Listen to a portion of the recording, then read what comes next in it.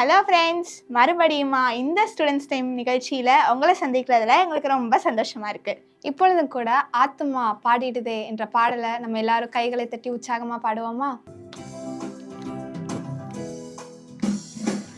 ஆத்துமா பாடிடுதே ஆத்துமனேசரே சுவையே, ஆத்துமா பாடிடுதே ஆத்துமனேசரே சுவையே, துதித்திடும் என்னுள்ள மெஞ்சும் போற்றிடும் என்னுள்ள மெஞ்சும், துதித்திடும் என்னுள்ள மெஞ்சும் போற்றிடும் என்னுள்ள மெஞ்சும்.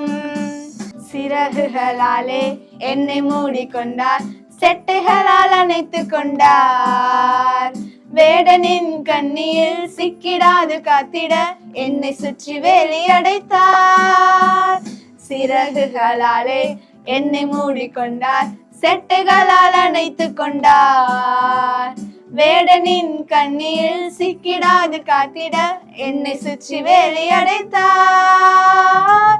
ஆத்துமா பாடிடுதே ஆத்துமனேசரே சுவையே, ஆத்துமா பாடிடுதே ஆத்துமனேசரே சுவையே, துதித்திடும் என்னுள்ள மெஞ்சும் போற்றிடும் என்னுள்ள மெஞ்சும், துதித்திடும் என்னுள்ள மெஞ்சும் போற்றிடும் என்னுள்ள மெஞ்சும்.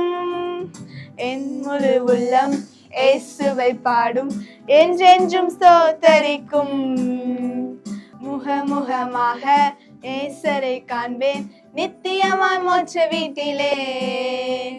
பாவங்களும் இல்லையே பாரங்களும் இல்லையே பரலோக ராஜ்யத்திலே, முகமுகமாக நேசரை காண்பேன் நித்தியமா மோட்ச வீட்டிலே. பாவங்களும் இல்லையே பாரங்களும் இல்லையே பரலோக ராஜ்யத்திலே. ஆத்துமா பாடிடுதே ஆத்துமனேசரே சுவையே, ஆத்துமா பாடிடுதே ஆத்துமனேசரே சுவையே, துதித்திடும் என்னுள்ள மெஞ்சும் போற்றிடும் என்னுள்ள மெஞ்சும், துதித்திடும் என்னுள்ள மெஞ்சும் போற்றிடும் என்னுள்ள மெஞ்சும். இப்பயும் கூட நம்ம இருக்கிற இடங்கள்ல கண்களை மூடி ஆண்டவரை ஆராதிப்போமா? ஏசப்பா, நாங்கள் தனிமையில் இருக்க போது எங்கள் கண்ணீரை தொடச்சி ஏசப்பா எங்களை ஆற்றி தேற்றுனீங்களே ஏசப்பா, உங்களுக்கு நன்றி ஏசப்பா. இதை உணர்ந்தவர்களா இந்த வரிகளை எங்கள் கூட சேர்ந்து நீங்கள் பாடுறீங்களா? காசு பணம் இல்லாம முகவரி இல்லாம தனிமையில் ஆழுதத நீர் மறக்கலையே. காசு பணம் இல்லாம முகவரி இல்லாம தனிமையில் ஆழுதத நீர் மறக்கலையே. நான் உடைஞ்சு போய் கிடந்தேன், நான் ஒருக்கப்பட்டு கிடந்தேன், என ஒட்டி சேர்க்க நீங்க வந்தத நான் மறக்கலையே. என் கண்ணீரை நீங்க தொடச்சு விட்டத நான் மறக்கலையே.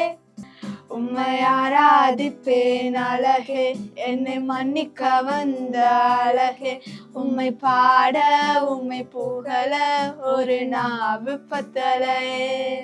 உம்மை ஆராதிப்பேன் அழகே, என்னை மன்னிக்க வந்த அழகே, உம்மை பாட உம்மை புகழ ஒரு நாவு பத்தலையே.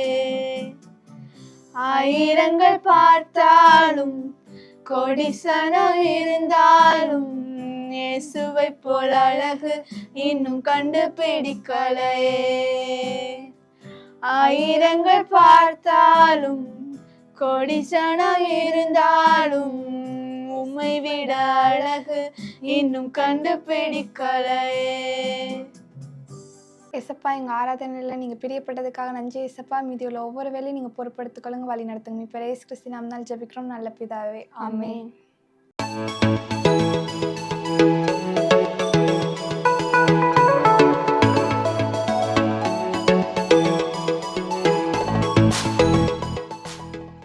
Dear children, இன்னைக்கு உங்களுக்கு டிப்ஸ் ஆண்டவருடைய வார்த்தையின் மூலமாக கடந்து வருகிறது. அது என்ன டிப்ஸ் அப்படின்னா, நிறைய நேரங்களில் நீங்கள் யோசிப்பீங்க, சில நேரம் எனக்கு ஆண்டவர் தயவு பாராட்டுகிறதா தெரியுது, ஆனால் நான் பார்க்குற மனுஷர்களிடத்துல எனக்கு எந்த ஒரு காரியமுமே வாய்க்க மாட்டேங்குது. மம்மி டாடி ஒன்று சொல்கிறாங்க, டீச்சர்ஸ் ஒன்று சொல்கிறாங்க, சண்டே கிளாஸில் ஒன்று சொல்கிறாங்க, என் ஃப்ரெண்ட்ஸ் வேறு விதமாக என்னிடத்துல எதிர்பார்க்குறாங்க, நான் எதையுமே ஃபுல்ஃபில் பண்ணாதது போல் இருக்குது. ஆனால் ஏசப்பா என் கூட இருக்காங்கன்னுலாம் தெரியுது, ஆனாலும் என்னவோ ஒரு ஃபுல்ஃபில்டு ஹார்ட் என்கிட்ட இல்லை, என்னோட இருதயத்தில் ஏதோ ஒரு வேக்கும் இருக்குது, ஒரு வெற்றிடம் இருக்குதுன்னு சொல்லி நீங்கள் நினைக்கலாம். ஆனால் ஆண்டவரோட வார்த்தையில் உங்களுடைய எல்லா பிரச்சனைக்கும் தீர்வு இருக்குது தம்பி தங்கச்சி. பாருங்கள், சாம்வேல் என்ற குட்டி தம்பி கர்த்தாவே சொல்லும் அடியேன் கேட்கிறேன்னு சொல்லி ஆண்டவர் சொல்கிற வார்த்தையை அப்படியே கேட்கும்படி தன்னை ஏலி தாத்தாவின் இடத்துல பயிற்றுவித்து கொண்டார். அவர் ஆலயத்திலேயே தங்கியிருந்தார். தன் தாயினுடைய பொருத்தனையின் மகனா அவர் ஆலயத்தின் பணிக்காக விடப்பட்டிருந்தார். அவர் அப்படி இருந்ததுனால ஒரு வசனம் சொல்லுது, அவர் என்ன செய்தாராம், தன்னுடைய வளர்ச்சியிலும் சரி மனித தயவிலும் தேவ தயவிலும் சிறந்து விளங்கினார்னு சொல்லி போடப்பட்டிருக்கு. இதே வார்த்தை ஆண்டவராகிய இயேசு கிறிஸ்துவை குறித்தும் சொல்லப்பட்டிருக்கு. ஏசப்பாக்கு பிரியம் உங்களையும் அப்படி ஆசிர்வதிக்கணுங்கிறது தான். அப்போ அவர் உங்களோடு இருக்கிறது மாத்திரமல்ல, மனிதர்கள் கண்களிலும் உங்களுக்கு தயவு கிடைக்கணும், நீங்கள் பார்க்குற மனுஷர்கள் இடத்துலலாம் ஒரு ஃபேவர் கிடைக்க பண்ணணும் அப்படின்றது தான் ஆண்டவருக்கு விருப்பம். பட் அது கிடைக்கணும்னா நம்மக்கிட்ட அவர் ஏதோ ஒன்றை எதிர்பார்ப்பார்ல, அவர் நம்முடைய அப்பா இல்லையா? அவர் என்ன சொல்லி தருகிறாருன்னு பார்ப்போமா? நீதிமொழிகள் 3வது அதிகாரம் 3வது வசனம் ஈஸியாக ஞாபகம் வச்சுக்கலாம்ல. ப்ராவர்ப்ஸ் 3:3 கிருபையும் சத்தியமும் உன்னை விட்டு விலகாதிருப்பதாக, நீ அவைகளை உன் கழுத்திலே பூண்டு அவைகளை உன் இருதயமாகிய பலகையில் எழுதிக்கொள், அதனால் தேவனுடைய பார்வையிலும் மனுஷருடைய பார்வையிலும் தயையும் நற்புத்தியும் பெறுவாய். ஹல்லேலூயா. பாருங்க, அதனால்னு கண்டினியூ ஆயிருக்கு. அப்போ தேவனுடைய பார்வையிலும் மனுஷருடைய பார்வையிலும் உங்களுக்கு ஃபேவரும் கிடைக்கணும், உங்களுக்கு ஒரு நல்ல விஸ்டம், நல்ல புத்தி, எந்த ஒரு காரியத்தையும் செய்யக்கூடிய ஒரு ஞானம் வேணும் அப்படின்னா நீங்கள் இதை செய்யுங்கன்னு சொல்லியிருக்கு. எதை செய்யணுமா? கிருபையும் சத்தியமும், அது ரெண்டும் அடங்கியது தான் இந்த வேதாகமம். அதில் எதெல்லாம் சரியான வழிமுறைன்றதும் எழுதப்பட்டிருக்கு. அதை மீறும் பொழுது, தவறு செய்யும் பொழுது அதிலிருந்து மீண்டு வருவதற்கான ரட்சிப்பின் வழிகள் என்ன என்று சொல்லி கிருபையின் வார்த்தைகளும் எழுதப்பட்டிருக்கு.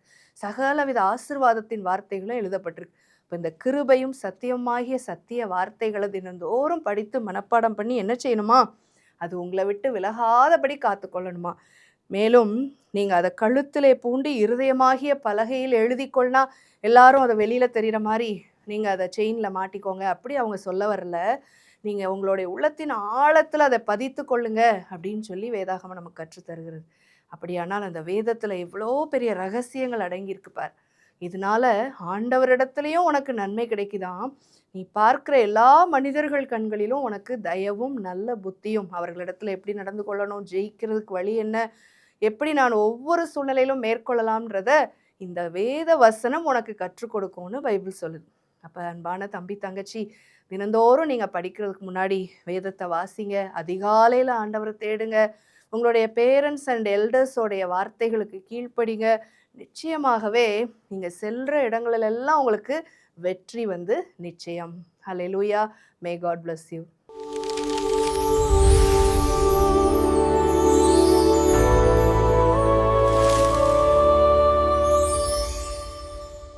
இந்த நிகழ்ச்சியை பார்த்து கொண்டு இருக்கிற உங்கள் யாவருக்கும் கர்த்தராகிய இயேசு கிறிஸ்துவின் நாமத்தினால அன்பின் வாழ்த்துக்களை தெரிவித்துக் கொள்கிறேன். நிறைய பேர் என்ன செய்வோம், ஃபஸ்ட்டு நான் இப்படி ஆகணும் அப்படி ஆகணும் அப்படின்னு சொல்லி நம்ம நிறையா சொல்லுவோம். அடுத்து கொஞ்சம் கொஞ்சமாக நாட்கள் கழிய கழிய நம்மளோட இதெல்லாம் மாறி போயிடும். அடுத்து முதல்ல 3rd ஸ்டாண்டர்ட் 5th ஸ்டாண்டர்ட் படிக்கிறதுல எல்லாரும் என்ன சொல்லுவாங்கன்னா, நான் டீச்சர் ஆகணும், நான் கலெக்டர் ஆகணும் அப்படின்னு சொல்லுவாங்க. அடுத்து கொஞ்ச நாள் கழித்து சொன்னோன்னா கேட்டோன்னா அப்பையும் ஏதாவது ஒரு கோல் சொல்லுவாங்க. அடுத்து கொஞ்ச நாள் கழித்து காலேஜ் போகும்போது கேட்டோன்னா இப்போல்லாம் நிறைய பிள்ளைங்க சொல்லும்போது என்ன சொல்லுவாங்க அப்படின்னு தெரியுமா? அக்கா ஒரு எய்மும் இல்லைக்கா, என்ன அம்மா படிக்க வைக்காங்க, அடுத்து என்னைக்கு கல்யாணம் செய்கிறாங்களோ அன்னைக்கு கல்யாணம் செஞ்சுக்கிட போகிறோம், அவ்வளோதான்க்கா, என்னக்கா அப்படின்பாங்க. அப்புறம் ஒரு சிலர் சொல்லுவாங்க, நான் இப்படி ஆகணும்னு நினச்சி இது படிக்கணும்னு நினச்சேன், நிறைய செலவாகணும்னு எங்கள் அப்பா இதில் சேர்த்துட்டாரு, இன்னும் என்ன செய்ய முடியும், அவ்வளோதான் அப்படின்னு சொல்லி தங்களுடைய முடிவையே அவங்க மாற்றிக்கிறாங்க. முடிவே இல்லாத எந்த ஒரு விதமான கோலும் இல்லாத அப்படி ஒரு லைஃப்பை அவங்க போய்கிட்டு இருக்காங்க. அப்படி இருக்கக்கூடாது. இதை பார்க்குற நீங்கள் எல்லாரும் என்னுடைய வாழ்க்கையில் நான் இப்படி ஆகணும்னு சொல்லி கர்த்தருக்கு நான் உண்மையுள்ள பிள்ளையா, பரிசுத்தமுள்ள பிள்ளையா வாழணும். அதோட பரிசுத்தம் உள்ளவளாய் கர்த்தருக்கு பிரியமான ஒரு டீச்சர் ஆகணும், ஒரு கலெக்டர் ஆகணும் அப்படின்னு சொல்லி சும்மா உங்கள் எய்மை வைங்க. ஏன்னா எரேமியா 29:11 ஆண்டவர் என்ன சொல்றார்? நீங்கள் எதிர்பார்த்திருக்கும் முடிவை உங்களுக்கு கொடுக்கும்படி நான் உங்கள் பேரில் நினைத்திருக்கிற நினைவுகளை அறிவேன் என்று கர்த்தர் சொல்லுகிறார். அவைகள் தீமைக்கல்ல, சமாதானத்துக்கு ஏதுவான நினைவுகள். பாருங்களேன், உங்க முடிவை கட்டளையிடும்படி உங்கள் நினைவை தேவன் அறிந்திருக்கிறாராம். இப்ப சொல்லுங்க, நீங்க அப்படி நினைக்கிறது தப்பா ரைட்டா? அப்துல் கலாம் கனவு காணுங்கள்னு சொன்னாரு.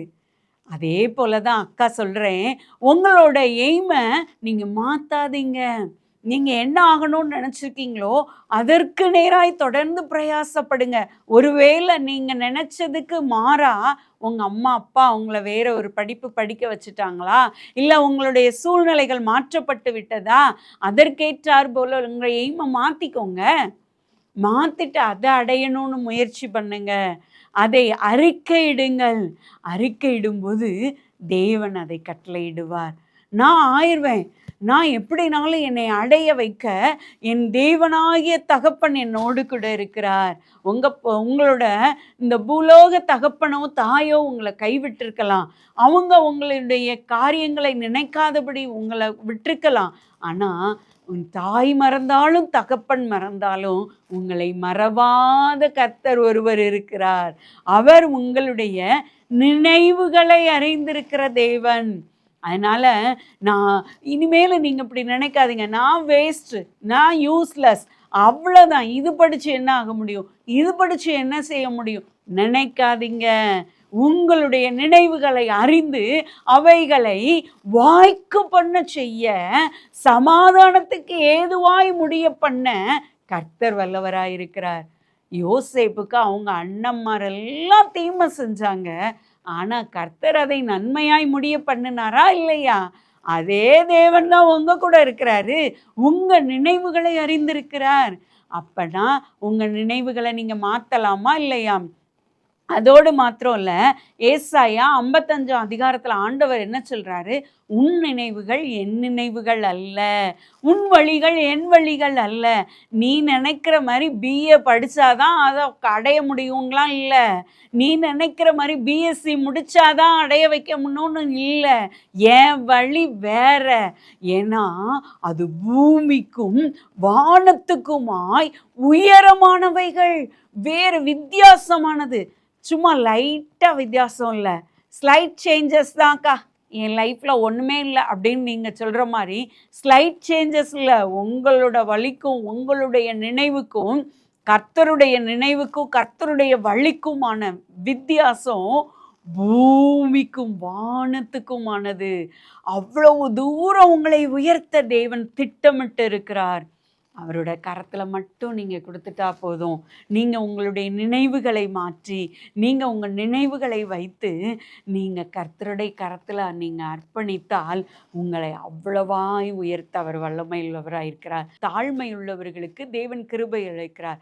அவருடைய பலத்த கரத்துக்குள் அடங்கி இருக்கும்போது ஏற்ற சமயத்தில் அவர் உயர்த்த வல்லமையுள்ளவராக இருக்கிறார்.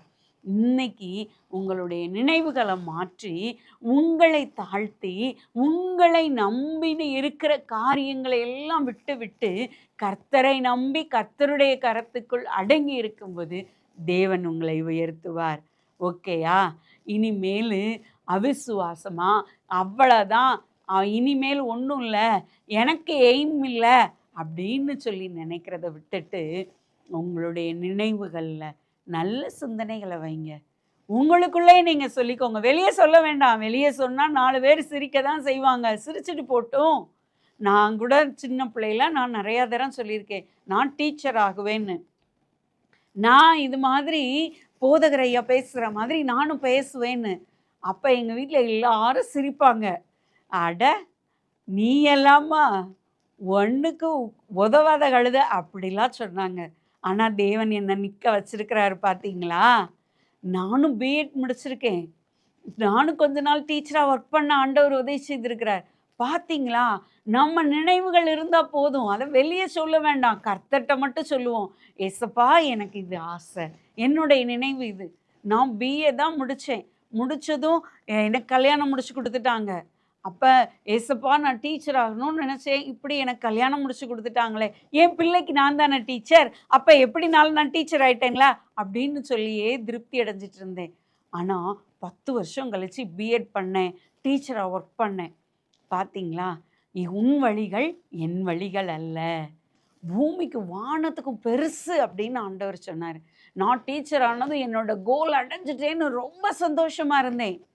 ஆனால் போதகர மாதிரி நான் இங்கே நின்று பேசுவேன்னு சொன்னதை நான் மறந்துட்டேன். ஆனால் என் நினைவுகளை அறிந்திருக்கிற கர்த்தர் என்னை நிற்க வைத்தார், பேச வைத்தார். இன்னைக்கு உங்கூட பேச ஆண்டவர் வச்சிருக்கிறார் பத்தியா. அதனால் உங்களுடைய நினைவுகளை நீங்கள் நல்லா வச்சுட்டு கர்த்தரிடத்தில் மாத்திரம் சொல்லுங்கள், என்னால் அடைய முடியும், எனக்கு நீங்கள் இருக்கீங்கல்ல ஏசப்பா, நீங்கள் உதவி செய்யுங்க. என்னுடைய நினைவுகளை நீங்கள் அறிந்திருக்கிறீங்க, அது சமாதானத்துக்கு ஏதுவான நினைவுகள். நீ நினைத்திருக்கிற முடிவை உனக்கு கட்டளையிடுவேன்னு சொன்னீங்களே, எனக்கு கட்டளையிடுங்கன்னு கர்த்தரிடத்தில் அர்ப்பணிங்க. ஆண்டவர் உங்களுக்கு செய்வார். உங்களுக்கு சீட்டு கிடைக்கணும் அல்லது உங்களுக்கு வேலை கிடைக்கணுங்கிறதுக்காக ஒரு மனுஷர் வாக்கு கொடுத்துட்டா அவங்க வீட்டு வாசலில் எவ்வளோ நாள் போய் காத்து கிடக்கிறோம், எப்போ வர சொன்னாலும் போகிறோம், எவ்வளோ ரூபாய் ரெடி பண்ணி கொடுங்கன்னு சொன்னாலும் ரெடி பண்ணி கொடுக்குறோம்ல. ஏசப்பா ரூபாயெல்லாம் கேட்கல, கொஞ்சம் கொஞ்சம் வந்து என்கிட்ட காத்திருந்தான் சொல்கிறாரு. நம்ம அதை காத்திருந்துட்டு போவோமே, ஆண்டவர் உயர்த்துவார் ஏற்ற சமயத்தில். சரியா, இன்னைக்கு அவரோட கரத்தில் நம்மளை அர்ப்பணிப்போமா. அப்படியே கண்களை மூடி, ஆண்டவரே என்னுடைய நினைவுகள் எல்லாம் இது சுவாமி, என்னுடைய நினைவுகளை அறிந்திருக்கிற கர்த்தரே, என்னுடைய நினைவுகளை நீர் கட்டளையிட வல்லமையுள்ளவரே, அப்பா சமாதானத்துக்கு ஏதுவாய் அதை முடிய பண்ணி நடத்துங்கன்னு சொல்லி கர்த்தருடைய கரத்தில் ஒப்பு கொடுப்போமா. உங்களுடைய வழியில் என்னுடைய நினைவுகளை நிறைவேற்றி தாங்க இயேசுவேன்னு சொல்லி கேட்போமா. கர்த்தர் அதை செய்ய வல்லமையுள்ளவராயிருக்கிறார். ஏசப்பா உம்மை துதிக்கிறோம் ஆண்டவரே, ஸ்தோத்திரிக்கிறோம். இந்த வேளையிலையும் சுவாமி அப்பா இதை பார்த்து கொண்டிருக்கிற ஒவ்வொருவரையும் உடைய கரத்தில் கொடுக்குறோம் சுவாமி. ஒருவேளை அவங்களுடைய நினைவுகள் எல்லாவற்றையும் நீர் அறிந்திருக்கிறீங்கப்பா. அவங்களுடைய நினைவுகளுக்கு மாறான காரியங்கள் நடந்தாலும் உன் வழிகள் என் வழிகள் அல்லன்னு சொன்னீரே, அந்த உம்முடைய பூரண வழியில் அவங்களுடைய நினைவுகளுக்கு மேலாக பெரிய காரியங்களை நீர் அவர்களுடைய வாழ்வில் செய்யுங்கன்னு ஜெபிக்கிறோம்ப்பா. அதற்குண்டான நம்பிக்கையையும் அதற்குண்டான விசுவாசத்தையும் உங்களுடைய பிள்ளைகளுக்கு தாங்கப்பா. ஏன்னா விசுவாசத்தை துவக்குகிறவர் நீர் அல்லவா, அதை முடிக்கிறவர் நீர் அல்லவா. நீர் அதை காத்து கொள்ளுங்கன்னு ஜெபிக்கிறோம்ப்பா, அதை நீர் துவக்குங்கன்னு ஜெபிக்கிறோம்ப்பா. ஒருவேளை எங்க பிள்ளைங்க நினைவுகளே இல்லாம போற போக்கில் வாழலாம் அப்படின்னு சொல்லி இருக்கிறாங்கன்னா அவங்களுடைய நினைவுகளை உருவாக்குகிறதற்கு நீங்க உதவி செய்யுங்கன்னு ஜெபிக்கிறோம்ப்பா. அந்த நினைவுகளை அறிந்து நீர் அதை கட்டளையிடுங்கன்னு ஜெபிக்கிறோம்ப்பா. உம்முடைய கிருபையுள்ள கரத்துல ஒவ்வொருவரையும் தாழ்த்தி அர்ப்பணிக்கிறோம்ப்பா. எல்லா சோர்வுகளை நீக்கி அப்பா, எல்லா அவிசுவாசங்களை நீக்கி மனிதர்களை பார்க்கிறதை நிறுத்தி அப்பா உம்மையே பார்க்க நினைவுகளை அறிந்திருக்கிற கர்த்தர், நினைவுகளை வாய்க்க பண்ணுகிற கர்த்தராகிய உம்மை நோக்கி பார்த்து உம்முடைய கரத்துக்குள் இருக்க நீங்க உதவி செய்யுங்கப்பா. நீங்க உதவி செய்யுங்கப்பா. உங்க கிருபையுள்ள கரத்திற்குள்ளாய் தாழ்த்தி ஒப்பு கொடுக்கிறோம். நீர் பொறுப்பெடுத்து வழி நடத்துங்க, நீரே ஆசீர்வதிங்க. இயேசுவின் மூலம் ஜெபிக்கிறோம் நல்ல பிதாவே, ஆமென்.